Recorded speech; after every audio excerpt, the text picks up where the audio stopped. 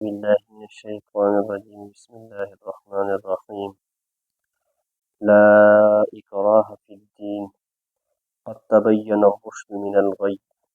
فمن يكفر بالطاغوت ويؤمن بالله فقد استمسك بالعروة الوثقى نافاق ديت کی فرمائی لا إكراه في الدين زور زبردستی نشته په دین کې د دین په معاملې کې معنا دا چې زور زبردستی په دین کې نشته په ایمان راوړو باندې زور زبردستی نشته چې یو سړي ته ته وایي چې ایمان راوړه په زور باندې ورته چې ایمان راوړه په دې کې زور زبردستی نشته ولې قد تبین الرشد من الغی جدا شوی دی واضح شوی دی هدایت د ګمراهۍ نه یعنې یو هدایت د الله پاک کوم حقه لاره چې ده دغه هدایت دی دا واضح شوی جدا شوی دی د ګمراهۍ نه څنګه واضح شوی دی چې دلایل دومره دلایل او هر څه قایم شوي دي په حق باندې چې دا حق حق دی او باطل باطل دی نو بیا د هغې نه بعد زبردستۍ ته ضرورت پاتې نه شو ځکه چې یو شی واضح شي قد تبین واضح شوی دی هدایتو یعنې دومره دلایل او هر څه پې په دې باندې ثابت دي چې یوه خبره د رڼا ورځې په شانتې چې دی هغه نیغه لار معلومه ده هر سړي ته نو بیا زبردستۍ ته ضرورت پاتې نه شو بل دا چې اسلام چې دی دا یو عقلمند سړی او سلیم الفطرت یعنې چې د هغه حواس برابر یو دی ګندبیر سړی یو صفا سړی نو صفا سړی او سلیم الفطرت چې د هغه زړه صفای هر څه صفای نو د هغه د دین اسلام سره فطري طور پیدا خوښي ځکه چې د اسلام احکامات داسې دي چې هغه یو انسان طبیعت هم دا غواړي پاک دامنه سړی د هغه طبیعت دا غواړي چې بالکل داسې دې وکړی شي لکه د حیا په باره کې یا د پردې په باره کې یا نور څومره احکامات چې دي د الله پاک د اسلام د دین نو دا د طبیعت سره لګي طبیعت ورسره د سړي لګي نو دا یو خوندور شی دی اسلام احکامات چې دا خوندور دي نو زور کول زور خو په هغې احکاماتو او په هغې شیزونو کېږي چې هغه ناخوښه وي یعنې یو ناخوښه شی ته یې چاله ورکوې نو په هغه باندې په زبردستي کې چې دا قبول کړه چې خوښ شي د سړي خوښ شي مثال په طور د سړي یو خوراک خوښ دی او تا هغه له هغه ورکوې نو په هغې کې زور زبردستۍ ته حاجت دی خو د سړي خوښ نو اسلام چې دی دا داسې یو دین دی چې د هغه د هر سړي په طبیعت باندې د سړي طبیعت صفای نو په هغه ښه لګي نو زور زبردستۍ ته حاجت پاتې نه شو نو قد تبین الرشد من الغی چې هدایت واضح شوی دی جدا شوی دی د ګمراهۍ نه یعنې دومره دلایل چې دی ثابت شوي دي په حق باندې دومره دلیلونه چې زبردستۍ ته حاجت نشته بیا دې آیت باندې بعضې خلک اعتراض کیدا نسي چې دا جهاد او قتال نه دی پکار ځکه چې الله پاک فرمایي لا اکراه فی الدین چې زور زبردستي په دین کې نشته یعنې په ایمان راوړلو باندې څوک نشي مجبوره کولی نو هغو له دې نه دا نه دلیل نیسي چې دا لحاظه جهاد او قتال او دا خو چې دی دا خو زور زبردستي ده نو هغه صحیح نه ده ځکه چې لا اکراه فی الدین مطلب دا دی چې په دین کې به زبردستي نه کولی کې په ایمان راوړو کې او جهاد د ایمان راوړو لپاره نه کولی کېږي د جهاد او د قتال مقصود دا نه دی چې ته ورته د دې دا مطلب وي چې ته دا قتلولی کېږي دې لپاره چې ایمان راوړي بلکې هلته د فساد ختمېدل دي چې فساد ختم شي او الله پاک د فساد باره کې فرمایي والله لا يحب المفسدین چې الله پاک فساد کوونکي نه خوښوي د جهاد او د قتال هغه زور زبردستی شی دی لیکن هغه د فساد ختمېدو لپاره کېږي نه دا چې هغه د ایمان قبلولو لپاره کېږي چې ایمان نه قبوله شي او د هغې وجه دا ده چې په جهاد کې چې دی یا په قتال کې د ماشومانو قتلول جایز نه دي دارنګې د ښځو قتلول جایز نه دي دارنګې هغه بوډاګان چې هغو قدرت نه لري په دغې فساد یعنې په جنګ جدال باندې قدرت نه لري هغو قتلول جایز نه دي دارنګې بیماران قتلول جایز نه دي دارنګې هغه کافران چې هغو جزیه قبوله کړي او مسلمانانو له ټکس ورکوي او د مسلمانانو د احکاماتو تحت زندگی تېروي نو د هغو وجل جایز نه دي نو پته دا لګي چې جهاد چې دی دا دپاره د ایمان نه دی که دپاره د ایمان وی نو بیا به پکې دغه ماشومانو د قتلولو هم اجازت و د ښځو د قتلولو هم اجازت و پکار ده ایمان خو بیا په ټولو باندې اړول پکار و نو دغو قتل پکې جایز نه دی نو جهاد دا د فساد د ختمېدو دپاره کېږي نه دا چې دا په ایمان باندې مجبوره کولی کېږي دویم دا لا اکراه فی الدین جهاد چې کولی کېږي هغه ظاهري اعضا باندې کولی کېږي یعنې ظاهري کولی کېږي جهاد چې ته کوې خو ظاهري زخمونه او دا به لګې او ایمان چې دی دا د زړه یو کیفیت دی اصل شی په ایمان کې ټول اول دا دی چې په زړه سره به ته تصدیق کوې نو ایمان خو د تصدیق قلبي نوم دی چې په زړه سره به تصدیق کوې نو که ته په جهاد په ذریعه سره ته د ایمان د هغه راوړو هغه هغه هم نشي پیدا کولی، ځکه چې جهاد ظاهري کېږي او ایمان د زړه یو کیفیت دی. نو لا اکراه فی الدین نه دغه مراد دی چې په زور زبردستي به چا ایمان نشي راوړی، او دا راوړی کېږي هم نه. هغې وجه ده که ته په چا باندې څومره زور زبردستي وکړي چې ته ایمان راوړه، نکاړو په خوله اقرار وکړي او په زړه کې یې نه راوړی، نو دا راوړی کېږي هم نه، دا د محال دی. نو لا اکراه فی الدین نه دغه مراد دی. بل دا چا چې ایمان راوړی بیا په اسلامي حکومت قایم وي، نو په هغه باندې په بعضې احکاماتو کې زبردستي کولی کېږي، دغه ته هم نه ده مراده. لکه اوس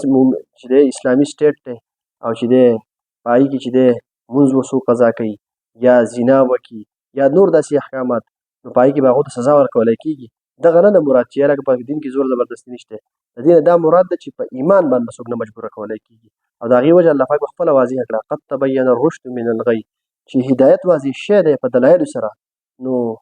ضرورت نشته چې څوک مجبوره کړلی شي. یو سلیم الفطرت سړی نو پخپله باندې ایمان راوړي. فمن یکفر بالطاغوت، پس چا چې کفر وکړو انکار وکړو بالطاغوت په طاغوت سره، طاغوت شیطان په معنا هر سرکشه شی چې دی یا هر غلط کار ته طاغوت نسبت کولی شي. نو بالطاغوت چا چې په کفر وکړو په طاغوت سره، یعنې په شیطاني شیزونو سره کفر وکړو انکار یې د هغې وکړو، ویؤمن بالله او ایمان یې راوړو په الله سره، نو فقد استمسک بالعروة الوثقی، ده په مضبوطۍ سره ونیوه، ده منګولې خښې کړې بالعروة الوثقی په مضبوطه کړۍ. یعنې چا چې کفر وکړو شیطان باندې کفر وکړو، شیطان نه انکار وکړو، شیطان خبره یې ونه منله او په الله پاک ایمان صحیح راوړو، نو فقد استمسک بالعروة الوثقی، ده مضبوطه ونیوه، په مضبوطۍ سره مضبوطه کړۍ ونیوه. یعنې د اسلام دلته تشبیه ورکړي د اسلام د ایمان د هغې کس سره چا چې یو مضبوطه رسۍ نیولې، داسې رسۍ چې هغه چې دی هغه نه شلېدو والی نه هغه، نو چې یو ځای خطرناک او په هغې کې د رسۍ د نیولو ضرورت وي، یو سړي هغه رسۍ مضبوطه نیولې او مضبوطه رسۍ، نو دی به هلته هلاکت دی، لاندې هلاکت دی، لیکن دا رسۍ به مضبوطۍ سره نیولې، نو دی به نه هلاکېږي. دغه رنګې تشبیه د ایمان ورکړي، چا چې په ایمان راوړو په الله باندې او د شیطان چې د خلاف کار یې وکړو، نو دی داسې دی لکه دغه مضبوطې دغې کس په شان دی لکه دا مضبوطه رسۍ نیولي. نو دا په دین باندې ایمان راوړل داسې دي لکه سړی چې په مضبوطۍ سره یې دا رسۍ نیولي، نو دی د هلاکت نه بچ دی، ځکه چې ایمان مؤمن چې دی دی به د هلاکت او د ګمراهۍ نه بچ وي. ها اوس که په خپله باندې یو انسان چې دغه رسۍ پرېږدي او ځان هلاکوي، نو هغه به هلاکېږي، نو دغه شان د ایمان مثال دی. اوس چې دی که ایمان څوک راوړي نو دی به د هلاکت نه بچ وي، لیکن اوس په خپله یو سړی ایمان نه راوړي نو هغه ځان په خپله هلاکوي. ویؤمن بالله ایمان یې راوړو په الله پاک سره، نو فقد استمسک بالعروة الوثقی، ده منګولې ولګولې په مضبوطۍ سره یې ونیوه هغه مضبوطه کړۍ. لا انفصام لها، داسې لا انفصام لها چې هغې لپاره ماتېدل نشته. یعنې د ایمان داسې شی ده چې په الله پاک راوړو بس ته په هلاکت نه بالکل بچ شوې، او د هغې داسې مضبوطي ده چې په کومې پورې ته به ایمان قایم وي، لا انفصام لها د هغې لپاره ماتېدل نشته، یعنې ته به همیشه چې دی کامیاب وي. او والله سمیع علیم، الله پاک اورېدونکی دی ظاهري اقوال لره، کوم چې ته ظاهري قولونه وغیره کې هغې لره هم الله پاک اورېدونکی دی، او علیم پوهه او علم والا ذات دی، په باطني احوالو هم پوهېږي چې ستا په زړه کې دننه څه کیفیت دی، په هغې هم علم لري. الله ولی الذین آمنو، الله پاک دوست دی د هغې کسانو آمنو چې ایمان یې راوړی، یعنې الله پاک مددګار دی د هغې کسانو چې ایمان یې راوړی. وګوره د الله پاک د مؤمنانو په هر وخت کې چې دی مدد کوي، یخرجهم من الظلمات الى النور، او الله پاک راوباسي دې مؤمنانو لره من الظلمات الى النور، د تیارو نه رڼا طرف ته. یعنې الله پاک چې دی چا چې په الله پاک ایمان راوړی او د الله پاک باندې یقین ساتي، خو چې هغه په نیغه لار دی په دین اسلام دی، نو د مثال د دې کفر داسې دی لکه ظلمت تیارې، او د روشنۍ مثال د رڼا مثال داسې دی لکه اسلام. نو الله پاک دې له راوباسي د تیارو نه رڼا طرف ته. او والذین کفروا، او هغه کسان چې کافران دي، اولیاءهم الطاغوت، هغو دوست او مددګار هغه څه دی شیطانان دي. یا شیطانان دوه قسمه دي، یو انسي شیطانان یو جني شیطاني. یو چې کوم چې عام شیطان ورته موږ وایو، نو په انسانانو کې هم شیطانان دي چې هغه سړی په غلطه باندې اړوي. والذین کفروا اولیاءهم الطاغوت، کافرانو ملګري چې دي هغه څه دي الطاغوت، دغه شیطانان دي. یخرجهم من النور الى الظلمات، هغو د دې لره راوباسي د دې رڼا نه، د اسلام نه یې اړوي کفر طرف ته، دا داسې دی لکه د رڼا نه چې تیارې طرف ته بوځي. اولئک اصحاب النار هم فیها خالدون، او دغه خلک چې دی د اور ملګري دي هم فیها خالدون، همیشه همیشه په دې اور کې. ترجمې کوم لا اکراه فی الدین، لا اکراه فی الدین، نشته دی زور د زبردستی د دین په معامله کې، نشته دی زور زبردستی د دین په معامله کې. قد تبین الرشد، قد تبین الرشد، په تحقیق سره جدا شوی دی هدایتو من الغی د ګمراهۍ نه فمن یکفر پس چا چې انکار وکړو بالطاغوت په طاغوت سره یا په شیطان سره ویؤمن بالله او ایمان یې راوړو په الله باندې فقد استمسک په تحقیق سره د به مضبوطۍ سره ونیوه بالعروة الوثقا مضبوطه کړۍ لا انفصام لها چې د هغې لپاره ماتېدل نشته والله سمیع علیم الله پاک اوریدونکی دی او پوهه ذات دی الله ولی الذین آمنوا الله پاک مدد کوونکی دی د مؤمنانو یخرجهم راوباسي دی لره من الظلمات تیارونه الى النور رڼا طرف ته والذین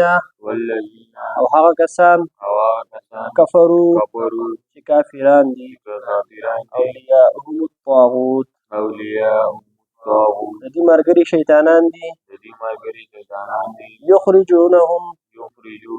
چې راوباسي دي لره من النور د رڼا نه الى الظلمات تیارو طرف ته اولئک اصحاب النار دغه خلک جهنمیان دي هم فیها خالدون دیو په دې کې همیشه وي